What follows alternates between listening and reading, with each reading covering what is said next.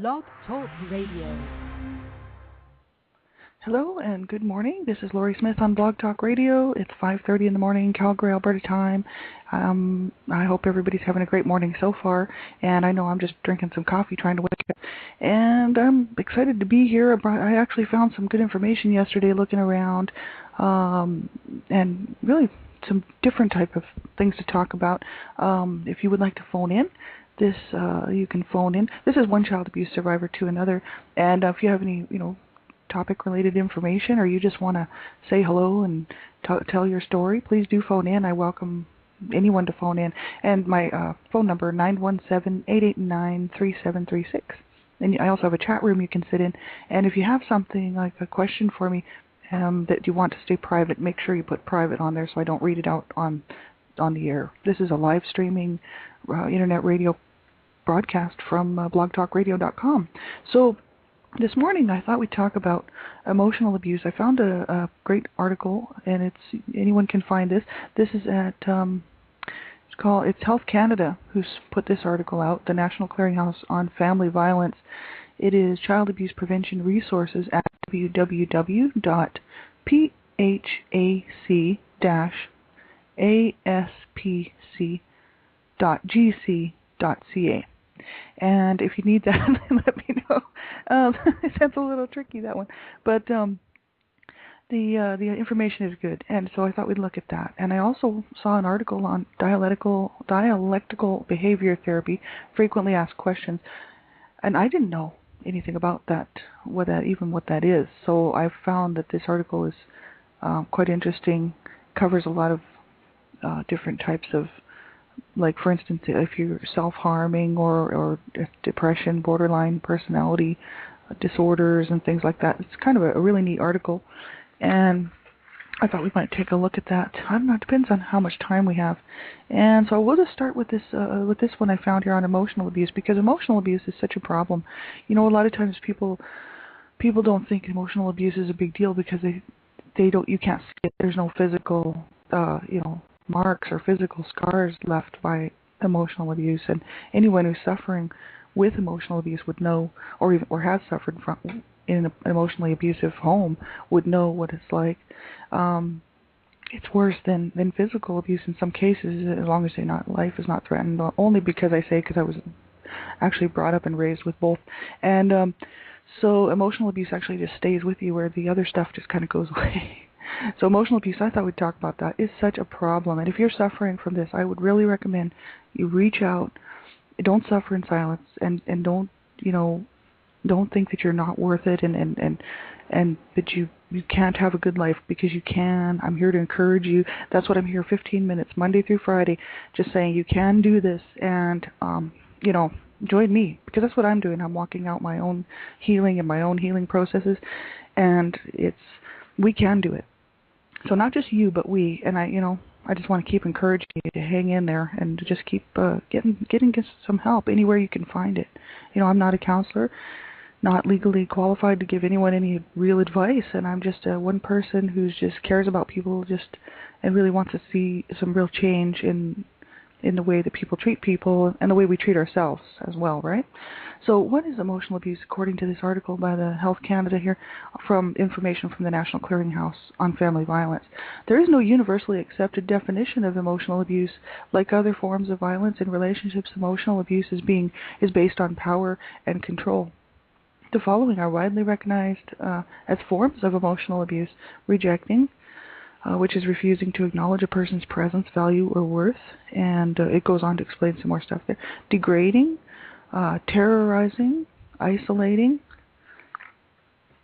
corrupting, exploiting, and denying emotional responsiveness. And it kind of goes on to explain some stuff here.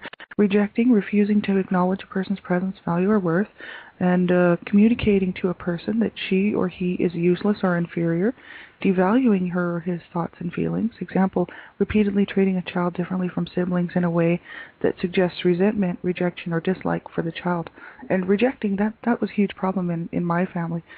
My parents rejected each other, and as well rejected the children, and everybody was just rejecting everybody. It was just one big rejection, it's really damaging, and because you don't, like it says, it refusing to acknowledge a person's presence, value, or worth. You know, you don't learn how to.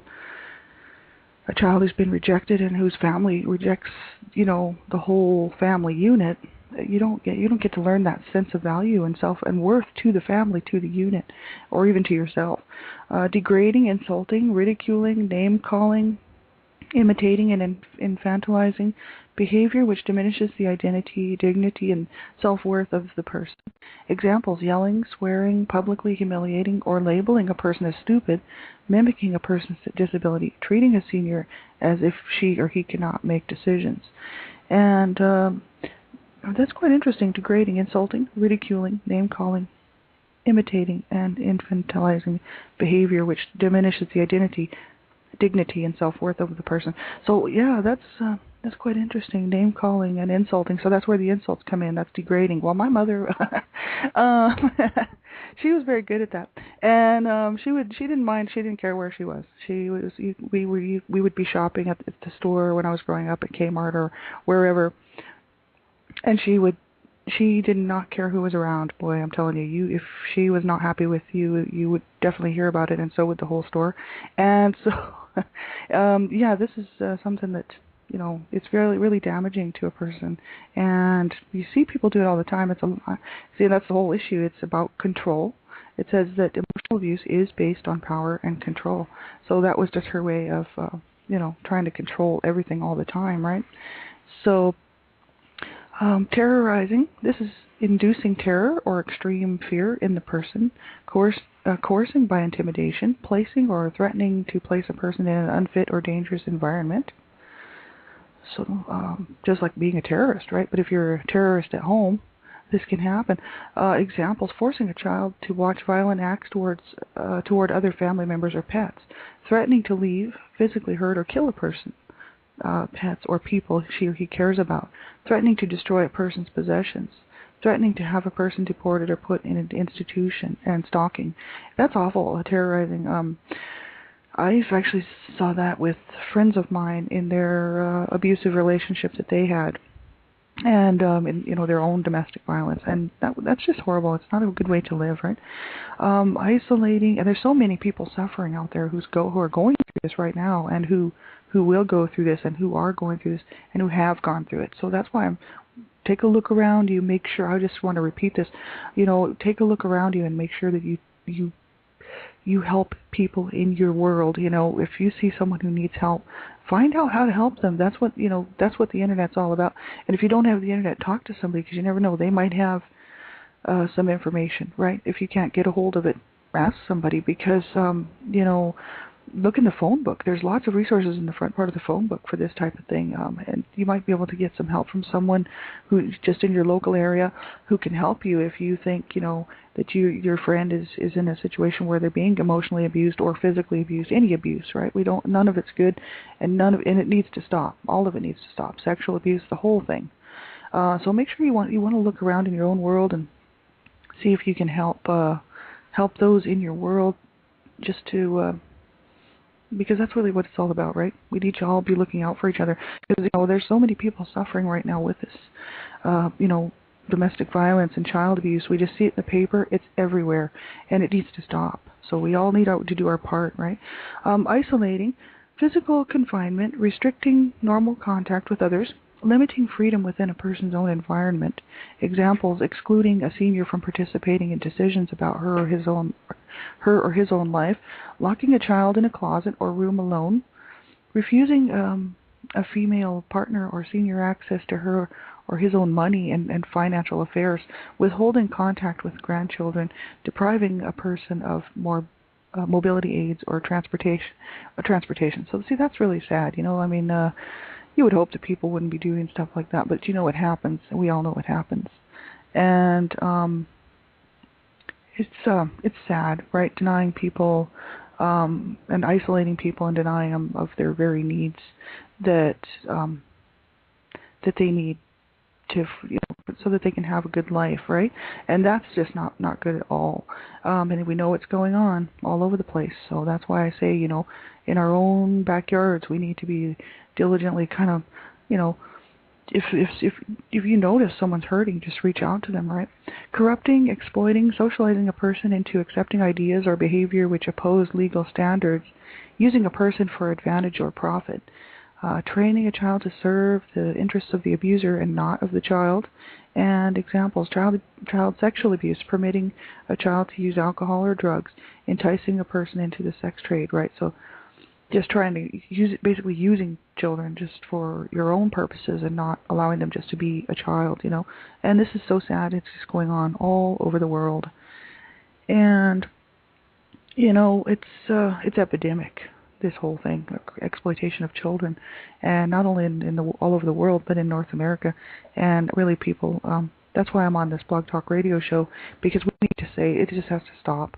And, you know, all of us have to get up and even myself, you know, have to start looking around to see how we can stop this and how we can get involved. I know there's lots of groups doing great work, and we all, you know, have only so many resources, right? But as long as we're helping somebody, that's all I'm saying. You know, you can't help everybody, but as long as you're just helping somebody, do something good for, you know, to stop abuse against anyone, children, adults, doesn't matter, then you're doing your part, right?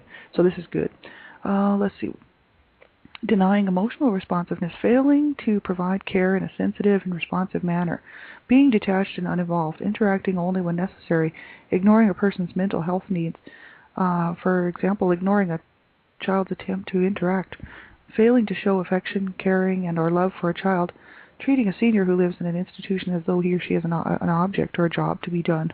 Emotional abuse accompanies other forms of abuse, but also may occur on its own. It says no abuse, neglect, physical, sexual, or financial can occur without psychological consequences. Therefore, all abuse contains elements of emotional abuse. So see, the whole thing kind of ties into emotional abuse. And that's what I thought, you know, we'll go on. I mean, I'm going to continue reading on in that probably tomorrow morning or maybe even tonight. I don't know. Tonight, I was going to have Michelle Rosenthal from Heal My PTSD here on the show tonight. I was so excited. And she, unfortunately and regrettably, had to cancel that show. She had something come up. She wants to go ahead and reschedule, so I'll be sure and let everybody know. And it's going to be great to talk to her. She's a founder of Heal My PTSD, and she just wants to come on for half an hour and just chat about post-traumatic stress disorder and things that can be done to help a person, you know, who's suffering with that. So I'll be sure and let you know when she's coming on. I'll just give everybody a little heads up.